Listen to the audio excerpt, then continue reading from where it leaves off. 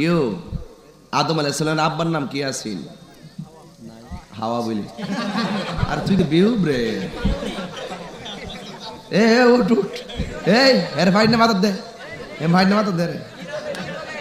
যেখানে আদম নবীর আব্বার নাম কোকা হাওয়া। তুই যদি কোন দেশ আছে তুই জানস। আল্লাহু আকবার, আল্লাহু আকবার। এমন আজব। একবার জিজ্ঞেসলাম ওই ইয়াদ যায়া, ওই যে কি যে কিরে সাই নবীনগর যায়া জিজ্ঞেসলাম কেউ আমার নবীর জানাজা পড়াছে কেটা? হে কো আল্লাহ।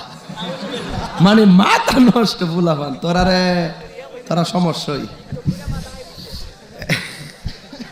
আদম নবীর আব্বার নাম কি?